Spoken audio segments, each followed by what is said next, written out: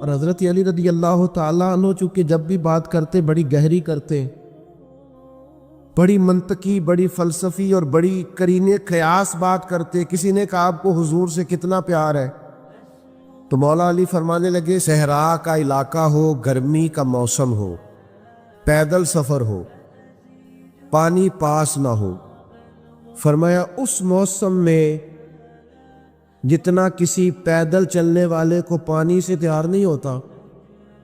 میرے ایک دوست ہے، وہ کہا کرتے ہیں کہ حضرت صاحب یہ گرمیوں میں جب میں روزہ کھولتا ہوں تو گلاس پانی سے میرا کچھ نہیں بنتا، میرا دل کرتا ہے ٹوٹی کا پائپ لگاؤں منہ میں۔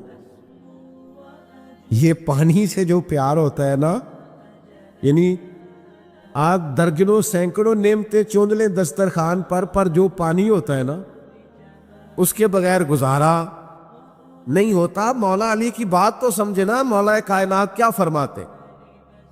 فرماتے ہمیں حضور سے اتنا پیار ہے کہ گرمی کا موسم ہو، صحرا کا علاقہ ہو، پیدل سفر ہو، یہ کبھی آپ اس موسم میں جس کو دیر ہو گئی ہو پانی نہ پیا ہو، ذرا اس کو دیکھے نا، پانی پانی پانی پانی کرتا پھرتا ہے۔ فرمایا جس طرح گرمی کے موسم میں صحرا کے علاقے میں پیدل چلنے والے مسافر کو جتنا پانی سے پیار ہوتا ہے نا، مجھے اس سے بھی بڑھ کر مدینے والے محبوب سے پیار ہے۔ یہ کیفیت آپ سمجھیں، اس ذوق کو آپ سمجھیں۔ سورہ حشر کو دیکھیے گا، فرمایا وَلَا تَكُونُوا كَالَّذِينَ نَسُوا اللَّهَ فَأَنسَاهُمْ أَنفُسَهُمْ۔ ان لوگوں کی طرح نہ ہو جانا جنہوں نے اللہ کو بھلا دیا تو اللہ نے پھر انہیں ان کا اپنا آپ بھی بھلا دیا، انہیں اپنی بھی ہوش نہیں رہی، وہ ایسے مسائل میں گھر گئے، وہ ایسی آزمائشوں میں الجھ گئے، وہ ایسی دنیا داری کے اندر الجھے کہ انہیں اپنا بھی پتہ نہ چلا۔ اب تو ڈھونڈتا پھرتا ہوں اے اقبال اپنے ہی آپ کو، اب تو ڈھونڈتا پھرتا ہوں اے اقبال اپنے آپ کو، آپ ہی گویا مسافر، آپ ہی منزل ہوں میں۔ جب انسان خدا فراموش ہوتا ہے تو خود فراموش ہو جاتا ہے۔ ہمارا بڑے زمانے سے تکیہ ہے، کبھی امریکہ پر، کبھی یورپ پر، کبھی برطانیہ پر، کبھی مالداروں پر، کبھی اسلحے والوں پر۔ اس کا نقصان یہ ہوا کہ اپنا کوئی وجود نہیں رہا، اپنا کوئی نظریہ نہیں رہا، اپنی کو سوچ نہیں رہی۔ ایسے محسوس ہوتا ہے کہ کوئی منشور نہیں، کوئی دستور نہیں، لگام منہ میں ہے اور اس کا سرا کسی کے ہاتھ میں ہے، وہ جدھر چاہتا ہے ہمیں گھما لیتا ہے۔ اللہ فرماتے ہیں یوں نہ ہو جانا کہ تم رب کو بھلا دو اور پھر تمہیں اپنا آپ بھی بھول جائے۔ اولئک ھم الفاسقون، فرمایا یہ وہ لوگ ہیں جو نافرمان ہیں اللہ کے، یہ نافرمان ہے۔ جب یہ نظریہ بن گیا، جب یہ ذہن بن گیا کہ پیدا اللہ نے کیا ہے، دینا اللہ نے ہے، عطا کرنے والا اللہ ہے، نوازنے والا اللہ، تو پھر ساری توجہ دنیا داروں کی طرف رکھنا، میں اللہ والوں کی طرف توجہ رکھنے کا قائل ہوں، میں وہ سمجھتا ہوں، ہم اس چیز کے قائل ہیں، لیکن وہ بھی کوئی آستانہ ہے کہ جہاں حق مرشد کا نعرہ تو بڑا لگے پر رب کا نام ہی نہ سننے کو ملے۔ یہ بھی کوئی بات ہوئی کہ جہاں یہ تو نعرہ زور سے لگے کہ جیوے جیوے مرشد جیوے، لیکن استغفار کا درس ہی نہ ملے، یا ہر وقت یہ بتایا جائے کہ یہاں آ گئے تو بچ گئے۔ کیسے بچیں گے؟ میرے رسول پاک علیہ السلام کا دروازہ سب سے بڑا دروازہ ہے، حضور کا دروازہ سب سے بڑا دروازہ ہے، لیکن میرے دوستو یاد رکھنا، نبی پاک علیہ السلام نے بھی لوگوں کو جب رستہ دکھایا ہے تو رب کریم کا رستہ دکھایا ہے، اللہ کا رستہ دکھایا، اللہ کریم کا رستہ دکھایا، لوگوں رب کی طرف توجہ کرائی۔ میرے رسول کریم سید عالم صلی اللہ تعالی علیہ وسلم نے لوگوں کی اللہ کی جانب توجہ کرائی اور لوگوں سے یہ کہا کہ وہ اپنے رب کریم کی جانب اپنا ذہن رکھیں، اپنی توجہ اپنے اللہ کی جانب مبذول کریں۔ میری بات کو اچھے طریقے سے سمجھیے گا، علم اللہ تبارک و تعالیٰ عطا کرتا ہے، تو اسے اللہ کی عطا ہی سمجھنا چاہیے۔ کچھ لوگوں کے پاس علم ہوتا ہے پر علم نافع نہیں ہوتا، وہ ٹامک ٹونیاں مارتے رہتے ہیں ساری زندگی۔ علم کو اللہ کی عطا سمجھیں، اپنی عقل پر اپنے شعور پر زیادہ بھروسہ نہ سمجھیں، نظر اللہ پہ رکھیں۔ حضرت مولا علی شیر خدا کرم اللہ تعالی وجہہ الکریم سے کسی نے پوچھا تھا بڑا عالم کون ہوتا ہے؟ ہمارے ہاں تو اب وہ والے عالم پائے جاتے ہیں نا، اللہ ماشاءاللہ، جو ممبر پہ بیٹھتے ہیں تو دعوے ہی دعوے ہیں، ممبر پہ بیٹھتے ہیں تو دعوے ہی دعوے ہیں۔ اس طرح کے عالم ہمارے ہاں پائے جاتے ہیں، وہ ہر بات میں دعویٰ کرتے ہیں، میں یہ کر دوں گا، میں وہ کر دوں گا۔ یہ مزاج علماء کا نہیں۔ حضرت علی المرتضیٰ سے کسی نے پوچھا بڑا عالم کون ہوتا ہے؟ فرمایا بڑا عالم وہ ہوتا ہے کہ جسے مسئلے کا پتہ نہ ہو تو وہ کہہ دے مجھے نہیں پتا، میں پتہ کر کے بتاؤں گا، غلط بات بیان نہ کرے۔ امام مالک سے کسی نے کوئی مسئلہ پوچھا تو آپ فرمانے لگے مجھے اس سوال کا جواب نہیں آتا۔ ہمارے بزرگ سمجھاتے کیا ہیں؟ وہ کہنے لگا آپ اتنے بڑے امام ہیں تو اس سوال کا جواب نہیں آتا۔ فرمانے لگے اگر مجھے ہر سوال کا جواب آتا پھر تو میں خدا ہوتا، مجھے ہر سوال کا جواب نہیں آتا، مجھے تو اتنا آتا ہے جتنا میرے رب نے مجھے عطا کر دیا ہے۔ اپنی نظر اللہ پہ رکھیں، نکل آئیں اس معمے سے باہر کہ میں کوئی بلا ہوں، مجھے بڑا پتہ ہے، میرے پاس 6 ڈگریاں ہیں، مجھے 10 جگہ پہ تدریس کا شغف حاصل، اس سے نکلیں باہر۔ قرآن مجید دیکھیے گا، اللہ تعالیٰ نے ارادہ قدرت فرمایا کہ میں حضرت آدم کو بناؤں گا، پھر بنانے کے بعد فرمایا فرشتوں سجدہ کرو آدم کو، سب نے سجدہ کیا الا ابلیس ابا واستکبر وکان من الکافرین، سب نے سجدہ کیا سوائے ابلیس کے، اس نے انکار بھی کیا، تکبر بھی کیا اور کافروں میں سے ہو گیا۔ تو یہ جب اللہ تعالیٰ نے سجدہ کرایا تو کیسے کرایا؟ اللہ تبارک و تعالیٰ نے نا حضرت آدم کو علم سکھایا خود، وعلم آدم الاسماء کلہا، خود اللہ فرماتے ہیں کہ میں نے جناب آدم علیہ السلام کو تمام اشیاء کے نام سکھائے، سب اشیاء کے نام سکھائے۔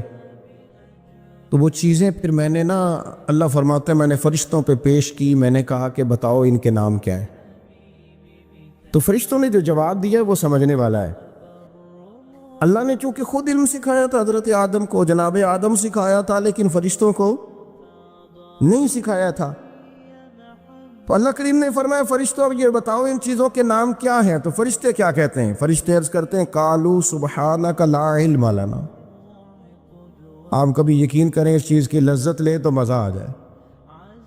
کہا قالوا سبحانک، کہنے لگے تو پاک ہے، قالوا سبحانک، کہنے لگے تو بھئی آدم علیہ السلام کو نام سکھا لیے، پھر فرشتوں کے سامنے وہ چیزیں پیش کر کے کہا ان چیزوں کے نام بتاؤ، تو فرشتے کیا کہتے ہیں؟ کہتے ہیں قالوا سبحانک، تو پاک ہے، لا علم لنا، ہمارے پاس کوئی علم نہیں، الا ما علمتنا، ہمیں تو اتنا پتہ ہے جتنا تو نے ہمیں سکھا دیا ہے،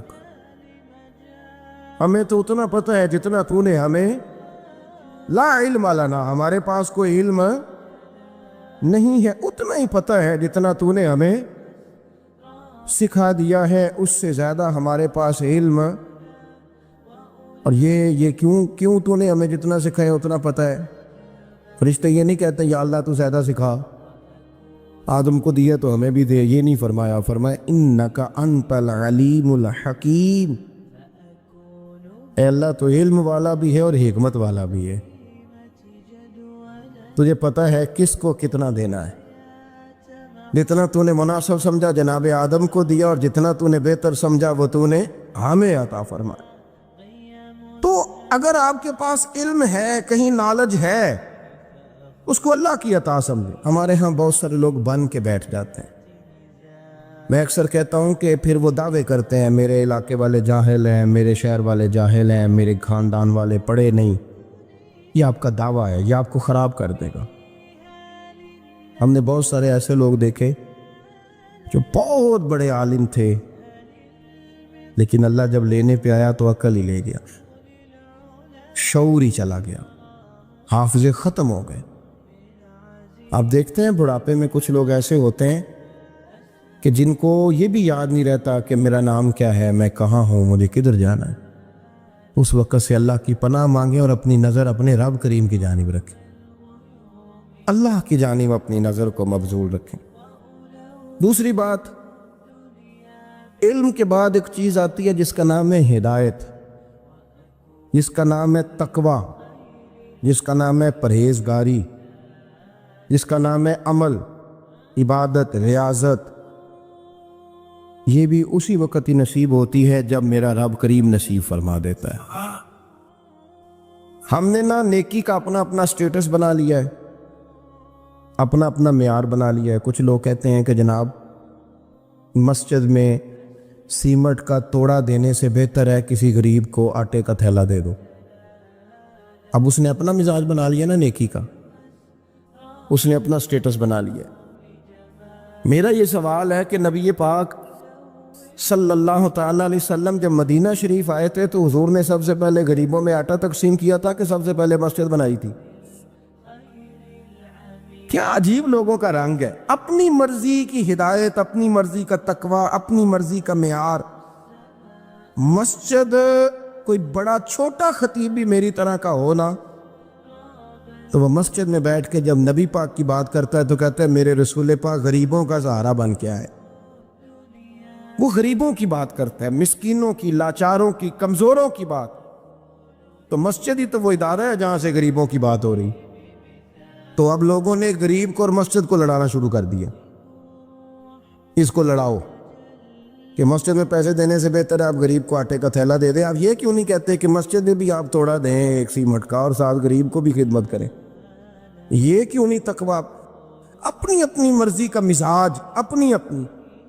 کچھ لوگ کہتے ہیں چھوڑو جی، ساری زندگی انسان نماز پڑھتا رہے اور پھر گالیاں بھی دیتا رہے، بندہ داڑھی بھی رکھ لے اور جھوٹ بولنا بھی نہ چھوڑے، تو یہ آپ نے اپنے پاس سے تقوی کا معیار بنایا۔ گالی دینے کا گناہ ہے اور داڑھی رکھنے کا ثواب ہے۔ تو اگر آپ داڑھی رکھے ہوئے ہیں اور آپ کوئی غلطی کر رہے ہیں تو اس سے آپ کی داڑھی کا ثواب ختم۔ اللہ کرے آپ کو سمجھ آئے میری بات۔ آپ کوئی غلطی کر رہے ہیں، داڑھی کا ثواب اس سے ختم، وہ اپنی جگہ پہ قائم ہے چیز۔ اپنی مرضی کا کیوں تقوی کا معیار بناتے ہیں؟ تقوی کا مزاج اپنی مرضی کا نہ بناؤ۔ اللہ کی بارگاہ سے دعا مانگو کہ یا اللہ ہمیں ہدایت کا نور عطا فرما، اللہ تو ہمیں رستہ دکھا، تو بتا کہ ہدایت کیا ہے۔ تو رب فرماتا ہے اللہ ولی الذین آمنوا، اللہ مومنوں کا مددگار ہے، یخرجہم من الظلمات الی النور، وہ انہیں اندھیروں سے نکالتا ہے اور نور کی طرف روشنی عطا فرماتا ہے۔ اندھیروں سے نور کی طرف اللہ لاتا ہے۔ اللہ ولی، اللہ مومنوں کا ولی ہے، وہ انہیں اندھیروں سے نور کی طرف نکالتا ہے۔ ہدایت ہمیشہ اللہ کی طرف سے سمجھے۔ جب وہ نماز کی توفیق دیتا ہے تو اپنے فضل سے دیتا ہے، جب وہ ذکر کی توفیق دیتا ہے تو اپنے فضل سے۔ ہم سمجھتے ہیں ہو جی فلانا نہیں پڑھ رہا بڑا بیوقوف ہے، فلانا نہیں پڑھ رہا، تو تم کیا اپنی عقل کے زور پہ پڑھ رہا؟ میں جی اللہ کے فضل سے 2 سپارے پڑھتا ہوں، تو کس پہ احسان کرتے تو 2 سپارے پڑھ کے رویا کر، اگر مالک تو بڑا قریب نہیں۔ بڑے لوگ ہیں جن کو پورا قرآن حفظ ہے پر انہیں پڑھنے کی توفیق نہیں، تو انہیں فضل کیا اور مجھے توفیق دے دی ہے پڑھنے۔ رویا کر، پڑھ کے رویا کر، راتی ساری کر کر زاری، وہ نیند اکھاں تھی توندے تے فجرے وہی گناہگار کہاون سب تو نیوے ہوندے۔ مہربانی کریں، ڈریں، نیکی کریں تو پھر ڈریں، پھر احساس پیدا کریں، پھر اپنے اندر وہ کمزوری لائے کہ توبہ توبہ مجھے تو پتہ ہی نہیں، وہ جانتا ہی نہیں۔ حضرت سیدنا امام اعظم ابو حنیفہ رحمۃ اللہ تعالیٰ علیہ کے ساتھ ایک شخص کہتا میں نے نماز پڑھی، تو عشاء کی نماز تھی۔ یہ جو لوگ بڑے ہوتے ہیں نا، جن کے پیار کرنے والے بڑے ہوتے ہیں، ان کے گرد خوف بھی بڑا ہی ہوتا ہے۔ ہمیں بڑا ڈر لگتا ہے، بڑی بعض اوقات آزمائش ہوتی ہے ان کی۔ عشاء کی نماز کہتے پڑھی تو امام صاحب نے نا عشاء کی نماز میں تلاوت کی آیتیں فَمَن يَعْمَلْ مِثْقَالَ ذَرَّةٍ خَيْرًا يَرَهُ وَمَن يَعْمَلْ مِثْقَالَ ذَرَّةٍ شَرًّا يَرَهُ، فرمایا جو ذرہ برابر خیر کرے گا وہ بھی قیامت میں دیکھے گا، اور جو ذرہ برابر شر کرے گا وہ بھی قیامت میں اس شر کو دیکھے گا، اس کے سامنے آئے گا۔ تو وہ شخص کہتا ہے کہ سارے لوگ نماز پڑھ کے چلے گئے، تو امام صاحب رحمۃ اللہ علیہ نے اپنی داڑھی پکڑی، رو رہے ہیں، کہتے ہیں وہ ذرہ برابر نیکی کا بدلہ دینے والے، وہ ذرہ برابر شر پہ سزا دینے والے میری سفید داڑھی کو دیکھ، مالک میرے ذرے ذرے سامنے نہ لانا، لوگ تو میری بڑی قدر کرتے ہیں دنیا، میں تو بڑا پہچانا جاتا ہوں، لوگ تو میری راہوں میں پھول لیے کھڑے ہوتے ہیں، یہ بڑا نوازتے ہیں، قیامت میں رسوا نہ کر دینا، میرے لیے مشکل ہو جائے گی۔ وہ کہتے ہیں میں نے امام صاحب کا درد دیکھا، مجھے کوئی کام تھا تو میں چلا گیا، میں نے کہا کہ وہ اس وقت اللہ کے حضور حاضر ہیں تو میں دوبارہ آؤں گا۔ کہتے ہیں میں تہجد کا وقت آیا تو امام صاحب وہیں بیٹھے تھے، اور ان کی داڑھی آنسوؤں سے بھری ہوئی تھی، اور زور سے داڑھی پکڑی ہوئی، کہنے لگے مالک رسوا نہ کر دے، قیامت میں رسوا نہ کر دے۔ یار جو ہدایت یافتہ لوگ تھے وہ تو ڈرے ہوئے تھے، وہ تو سہمے ہوئے تھے، وہ تو کہتے تھے یہ اس کا فضل نہیں، اس نے بلا لیا، یہ اس کا کرم نہیں۔ حضرت باعزید بستامی کسی کافر کو دیکھتے تو رو پڑتے، کہتے مالک تو کتنا قریب ہے، یہ بے ایمان رہ گیا، تو نے اپنے فضل سے مجھے اپنے نبی کا غلام بنا لیا، وہ رو پڑ۔ یہاں تو لوگوں کا دعویٰ ہی بڑا ہے، نمازی اللہ خیر فرمائے وہ تو دوسروں کو گھورتا ہے، وہ کہتا ہے جنت کا میں مالک ہوں، کنجیاں میرے پاس ہیں، میں کسی اور کو گھسنے نہیں دوں گا، اور اگر 2-3 حج کر لے تو پھر تو وہ کہتا ہے کہ اب میرے سے پوچھ کے لوگ جنت میں جائیں گے معاذ اللہ، اور اگر وہ 2 4 5 7 دفعہ کوئی نفل پڑھ لے تو پھر وہ کہتا ہے چھوڑیں جی سارے لوگ بے عمل ہیں، میں اکیلا نیک ہوں۔ نہ ایسا کریں، اپنی توجہ اپنے رب پہ رکھیں، اپنی توجہ اپنے ان اللہ بالناس لرؤوف الرحیم، بے شک اللہ اپنے بندوں پر بڑا ہی مہربان اور نہایت ہی رحم کرنے والا، رؤوف اور رحیم ہے، بڑا مہربان ہے، کرم فرماتا ہے۔ اللہ تعالیٰ اپنے بندوں سے بڑا جلد راضی ہو جاتا ہے، وہ اپنے بندوں کو بہت زیادہ مشقت میں نہیں ڈالتا، وہ اپنے بندوں سے اپنی نعمتوں کا بدلہ نہیں چاہتا، بہت سخت مشقت والی عبادتیں نعمتوں کے بدلے نہیں چاہتا، وہ بڑی جلدی رحم فرماتا ہے۔ ماں پیار کرتی ہے اپنے بچے سے، لیکن وہ ناراض بھی ہو جاتی ہے بعض چیزوں میں، بعض معاملات اس کا دل بھی دکھاتے ہیں، بعض جگہ وہ رو کے یہ بھی کہتی ہے کہ تو نے میری محبت کا کوئی نتیجہ نہیں مجھے دیا، میری ساری کمائی تو نے ضائع کر دی۔ والد بہت ساری جگہوں پہ ناراض ہوتا ہے، شکوہ کرتا ہے، کہتا ہے میری بیماریوں کی، پریشانیوں کی، بڑھاپے کی، کمزوریاں کا سبب بیٹے تو ہی بن گیا، یہ ساری تکلیفیں تو ٹھیک ہو جائیں تو میری شاید عمر بھی بڑھ جائے، صحت بھی ٹھیک ہو جائے، میں زیادہ دیر جوان رہ سکوں۔ ناراض ہوتے ہیں ماں باپ، اسی طرح ماں باپ راضی بھی ہو جاتے ہیں، وہ بڑی جلدی راضی ہو جاتے ہیں۔ میں اکثر کہتا ہوں کہ والد کو راضی کرنے میں 5-7 منٹ لگ جاتے ہیں، اماں تو 1.5-2 منٹ میں راضی ہو جاتی ہیں، ابا جی کو 5-7 منٹ لگتے ہیں، کئی دفعہ کہنا پڑتا ہے، کوئی دلائل دینے پڑتے ہیں، لیکن والدہ کے لیے تو کچھ بھی نہیں، آپ نیرا جا کے پیروں میں بیٹھ ہی جائیں، کچھ بھی نہ کریں، آپ پورا روئیں، نہ رونے والا منہ ہی بن جائے تو اماں تو نرم ہی نرم ہے، جس وقت جو مرضی آپ کرا لیں ہو گیا۔ اللہ تبارک و تعالیٰ بلا مثال و بلا تشبیہ سمجھانے کے لیے عرض کرتا ہوں، اللہ بھی بعض معاملات میں اپنے بندوں سے ناراض ہو جاتا ہے، وہ کہتا ہے میں تکبر کرنے والوں کو پسند نہیں کرتا، وہ کہتا ہے فسادی پسند نہیں ہے، وہ فرماتا ہے کہ راہوں میں کجی کرنے والے پسند نہیں ہیں، وہ فرماتا ہے کہ بدعہدیاں کرو گے تو میں صبح قیامت تم سے سوالات کروں گا۔ اللہ تبارک و تعالیٰ بہت ساری چیزوں کو ناپسند کرتا ہے، ناراض ہو جاتا ہے، بلکہ نبی پاک صلی اللہ تعالی علیہ وسلم نے فرمایا تم بات کرتے کرتے کوئی ایسا جملہ بول دیتے ہو کہ رب اتنا ناراض ہوتا ہے کہ تمہیں پتہ بھی نہیں ہوتا، تمہارے لیے جہنم کا فیصلہ کر دیتا ہے۔ اس لیے پہلے تولو پھر بولو، خود اپنے لفظوں کی تو تم پہرے داری کرو نا کہ میں کیا کہہ رہا ہوں۔ کوئی ایسا جملہ، کوئی ایسی بات وارثہ مان کری نہ وارثاں دا، کوئی ایسی بات نہ تمہاری زبان سے نکلے۔ اور حضور یہ بھی فرماتے ہیں کہ اس کا دوسرا پہلو بھی ہے، بعض اوقات تم بات کرتے ایسا جملہ کہتے ہو وہ اتنا راضی ہوتا ہے کہ تمہارے لیے جنت کا فیصلہ فرما دیتا ہے۔ مسلمان کو اب یہ حکم ہے، اس ساری گفتگو کا نتیجہ یہ ہے کہ وہ اپنے جذبات پر، خیالات پر، نگاہوں پر، زبان پر، کانوں پر تھوڑی توجہ دے، بے لگام نہ بنے، بے ترتیب نہ بنے، جو طبیعت میں آئے کر نہ گزرے، تھوڑا سا نہ سوچے سمجھے اور تھوڑا سنبھل کے چلے، کبھی ان کاموں کی طرف نہ جائے جن سے رب ناراض ہو جاتا ہے، ان کاموں کی طرف بڑھے جن سے اللہ راضی ہوتا ہے۔ میرے نبی پاک صلی اللہ تعالی علیہ وآلہ وسلم نے ارشاد فرمایا، بعض احادیث میں لفظ یہ ہیں کہ اللہ اپنے بندوں کو دیکھ کے مسکراتا ہے جو اس کی شان کے لائق۔ جس ترتیب سے ہم مسکراتے ہیں، جس ترتیب سے ہم روتے ہیں، جس ترتیب سے ہم کسی بات کا اظہار تشکر کرتے ہیں، خدا ان باتوں سے پاک ہے۔ اب بہت ساری حدیثوں میں آیا کہ وہ مسکراتا ہے، تو کیا مطلب ہے مسکرانے کا؟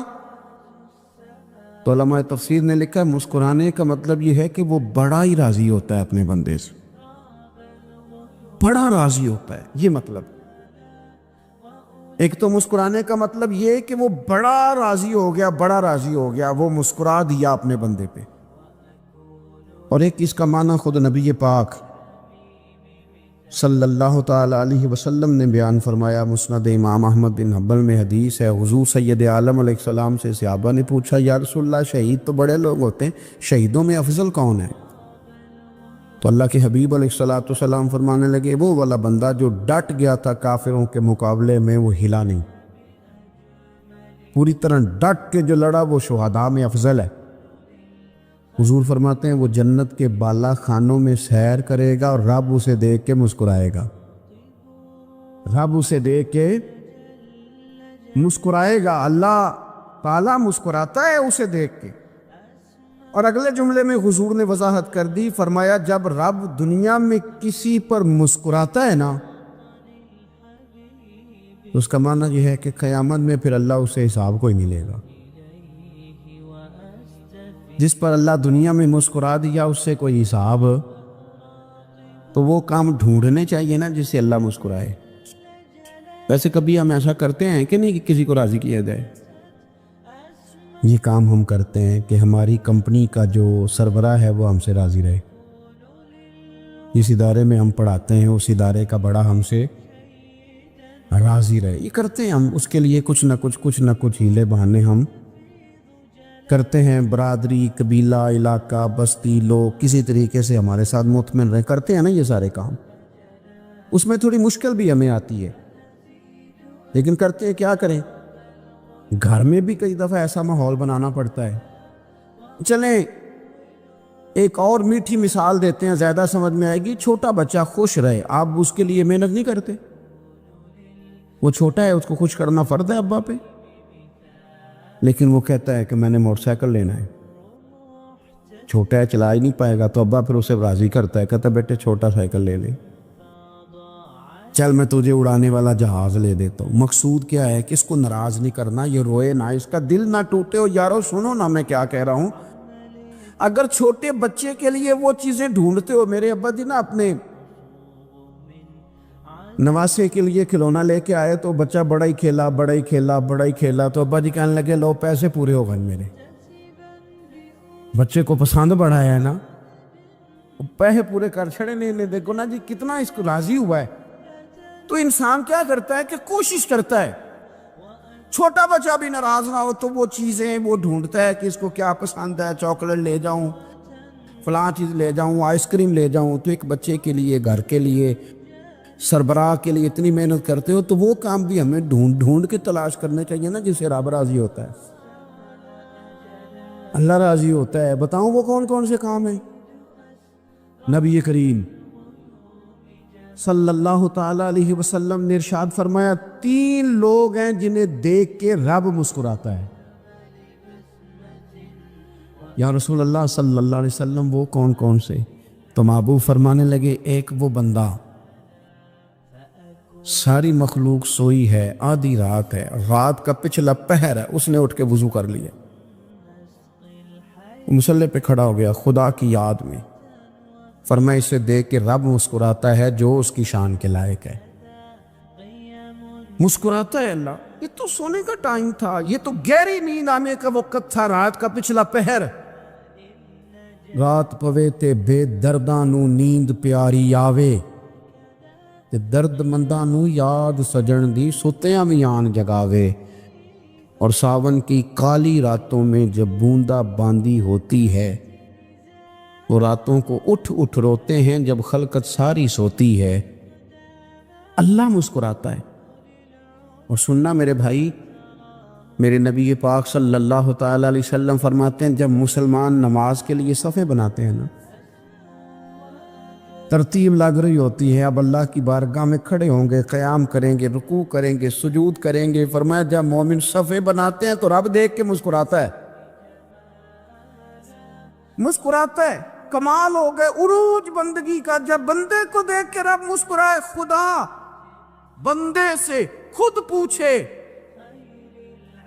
بتا تیری رضا کیا ہے، مسکراتا ہے۔ اور میرے نبی پاک علیہ السلام فرماتے ہیں جب مجاہد جہاد کے لیے صفیں سیدھی کرتے،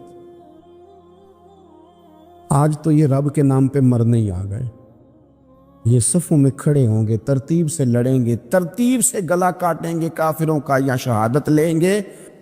فرمایا جب جہاد کے لوگ صفیں بناتے ہیں تو رب انہیں دیکھ کے مسکراتا ہے۔ کتنے نصیبوں والا وہ بندہ ہے جسے دیکھ کے مسکرا دیا۔ او یار، کبھی تیرا بیٹا تیرے سامنے مسکرائے نا چھوٹا، تو تیرا دل باغ باغ ہو جاتا ہے۔ تیری ماں بیمار کسی ایک دن صحیح طرح ہنس پڑے تو طبیعت خوش ہو جاتی۔ مجھے بتاؤ نا جس کا رب بھی اسے دیکھ کے ہنس پڑے، جو اس کی شان کے لائق ہے، کیا اس بندے کے نصیبیں ہیں، کیا اس کے مقدر ہیں۔ آپ اس مقام پر اپنے آپ کو لائیں۔ اب دیکھیں نا، یہ حدیث آپ نے سن لی، اب ہم نے نا اس طرح صفحے نہیں بنانے جس طرح ساری دنیا، اب ذرا صفحے بھی شوق سے بنائیں گے، آپ ذرا تھوڑا سا شوق پیدا کریں گے، بھئی یہ تو میں وہ کام کرنے لگا ہوں جسے دیکھ کے رب مسکراتا ہے۔ نبی پاک صلی اللہ علیہ وسلم نے فرمایا جب کوئی بندہ توبہ کرتا ہے نا، ہم توبہ کا رٹا لگاتے ہیں، یا اللہ میری توبہ، یا اللہ۔ اور توبہ کا تو مطلب یہ ہے کہ پچھلے گناہوں سے پکی توبہ، آج کے بعد یہ غلطی نہ کرنے کا پکا وعدہ۔ تو نے ساری شب برات رو کے گزاری ہے، بتا سویرے جھوٹ جوڑنے کا ارادہ ہے تیرا؟ آج کے بعد رشوت تو نہیں نہ لے گا، ملاوٹ تو نہیں نہ کرے گا، یہ توبہ ہے۔ اور اگر سارے کام اسی طرح کرنے تو پھر کہ توبہ کا رٹا ہے، جتنا مرضی لگاؤ۔ حضرت علی بن ربیعہ رضی اللہ تعالیٰ عنہ فرماتے ہیں میں مولا علی کے ساتھ تھا، مقام حرہ کی طرف جا رہے تھے، حضرت علی نے ہاتھ اٹھا کے دعا مانگی ہماری تعلیم کے لیے، ورنہ حضرت علی ہم صحابہ کو محفوظ عن الخطا تو مانتے ہیں نا، ہاتھ اٹھا کے کہا اے اللہ ہمارے گناہ بخش دے، تیرے علاوہ کوئی معاف کرنے والا نہیں۔ اور پھر حضرت علی آسمان کی طرف دیکھا اور دیکھ کے نا حضرت علی بن ربیعہ کو تو مسکرائے۔ حضرت علی بن ربیعہ کہنے لگے حضور مسکرائے کیوں ہو؟ فرمانے لگے ایک دن میں حضور کے ساتھ اسی طرح آیا تھا، اسی طرح حضور نے دعا فرمائی تھی ہماری تعلیم کے لیے، اور پھر حضور مجھے دیکھ کے مسکرائے تھے اور فرمایا جب کوئی بندہ رب کی بارگاہ میں اس طرح استغفار کرتا ہے تو رب مسکراتا ہے، اور مسکرا کے فرماتا دیکھ لو میرے بندوں کو پتا ہے کہ میرے علاوہ معاف کرنے والا کوئی نہیں، انہیں پتا ہے، تم اس کی بارگاہ میں رجوع تو لاؤ، آؤ تو صحیح دو آنسو لے کر، اقبال کہتے ہیں کہ موتی سمجھ کے شان کریمی نے چن لیا، قطرے دو گرے میرے ار کے انفال کے، دو میں نے آنسو بہائے تھے تو اس کے کرم نے تو موتی سمجھ کے چن لیے۔ سنو نا حضور، اس استغفار کو اللہ کو یار رات کو توبہ کر کے سونا چاہیے ہمیں۔ کچھ غلطیاں ہم کرنا نہیں چاہتے پر ہم سے ہو جاتی ہیں، کچھ دل ہم توڑنا نہیں چاہتے پر وہ ٹوٹ جاتے ہیں، ہماری مجبوری ہوتی ہے ٹوٹ جاتے۔ رات کو اس کی بارگاہ میں ہاتھ باندھ کے، کشکول طلب دراز کر کے خوب استغفار پڑھنا چاہیے کہ مالک بندے ہیں نا، کیا کریں؟ نفس کا ساتھ ہے، دنیا کا ساتھ ہے، خواہشات نفسانیہ، مالک معاف کر دے۔ درد سے توبہ، رسم نہ ہو، کہانی نہ ہو، لفظ نہ ہو، جملے نہ ہو، اور جناب ایسے لوگوں کے بیچ بڑے ہاتھ باندھ کے اور بڑا کوئی ضرورت نہیں، آپ اکیلے اپنی چارپائی پہ بستر کے اندر منہ دے کے بھی درد سے کہیں گے نا معاف کر دے تو وہ تو مہربانی بڑا ہے۔ میرے نبی پاک صلی اللہ علیہ وسلم مثال دیتے ہیں، فرمایا ایک آدمی صحرا میں جا رہا ہے، صحابہ سے حضور خطاب کر رہے ہیں، فرمایا ایک آدمی صحرا میں جا رہا تھا، اس نے اپنی اونٹنی پہ کھانا پانی پیسے ہر چیز رکھی ہوئی تھی، صحرا تھا بہت بڑا، درمیان صحرا کے گیا تو تھوڑا سا سستانے کے لیے آرام کرنے کے لیے اونٹنی سے نیچے اترا۔ اب اس نے اونٹنی کی لگام، اونٹنی کی نکیل اپنے سرہانے کے نیچے رکھی، ہاتھ کے ساتھ پکڑی اور سو گیا۔ تھوڑی ہی دیر کے بعد جب اس کی آنکھ کھلی تو دیکھا اونٹنی غائب ہے۔ صحرا میں وہ پیدل نہ آگے جا سکتا ہے، نہ پیچھے جا سکتا ہے، نہ دائیں نہ بائیں، کھانے کو روٹی نہیں، پینے کو پانی کا قطرہ نہیں، تھوڑا ادھر بھاگا ادھر بھاگا، تھک گیا۔ کریم محبوب فرماتے ہیں وہ پوری طرح نڈھال ہو گیا اور مایوس ہو گیا، معاذ اللہ، مایوس ہو کے دوبارہ اسی جگہ آ کے لیٹ گیا جہاں پہلے لیٹا تھا، انتظار کرنے لگا کہ اب موت ہی آئے گی، آخری وقت ہے، اب نہ میں پیدل یہ صحرا کراس کر سکتا ہوں، نہ پیچھے جا سکتا ہوں، نہ کھانا ہے نہ پانی ہے، سوائے موت کے کوئی سہارا نہیں۔ حضور فرماتے ہیں وہ رستے میں دوبارہ لیٹ گیا، اچانک اس نے رخ بدلا تو اونٹنی سامنے کھڑی تھی۔ حضور نے صحابہ سے پوچھا بتاؤ نا اسے بھلا کتنے کو خوشی ہوگی؟ یا رسول اللہ جسے نئی زندگی مل گئی ہے۔ آپ دیکھیں نا سارے ڈاکٹروں نے کہہ دیا کہ اس کے تو گردے معدہ جگر ہر چیز ختم ہے، گھر لے جاؤ خدمت کرو، ہر طرف پریشانی ہے۔ وہ بندہ بھی سمجھ گیا ہے کہ آخری وقت آ گیا، کل جاؤں پرسوں جاؤں، تیاری ہو گئی، سب لوگ آ گئے، باہر والے بھی آ گئے، یہ ماحول ایک عجیب رنگ اختیار کر گیا۔ اچانک ایک ڈاکٹر نے آ کے کہا نہیں نہیں غلطی لگ گئی تھی۔ مجھے بتائیے انداز کیا ہوتا ہے؟ بغیر دعائی کے بندہ اٹھ کے کھڑا نہیں ہو جاتا، او میں تو بچ گیا ہوں۔ نبی پاک صلی اللہ علیہ وسلم فرمانے لگے اس کی اونٹنی مل گئی، بتاؤ بھلا اسے کتنی خوشی ہوگی؟ یا رسول اللہ وہ تو دوبارہ دنیا میں آ گیا۔ حضور فرمانے لگے اسے کچھ بھی خوشی نہیں ہوئی۔ جب کوئی رب کا گناہگار بندہ آ کے توبہ کرتا ہے، رب کو اس سے کئی گنا زیادہ خوشی ہوتی ہے۔ میرا بندہ آ گیا، میرا بندہ آ گیا، میرے گھر آ گیا، اس نے آنسو بہائے ہیں، اس نے کہا اللہ میں تیرا ہی ہوں، تیرا ہی رزق کھاتا ہوں، تیری ہی زمین پہ رہتا ہوں، تیرے نام سے میری سانسیں چلتی ہیں۔ وہ آ گیا۔ فرمایا اس اونٹنی والے سے زیادہ رب کو خوشی ہوتی ہے جب گناہگار آ کے توبہ کرتا۔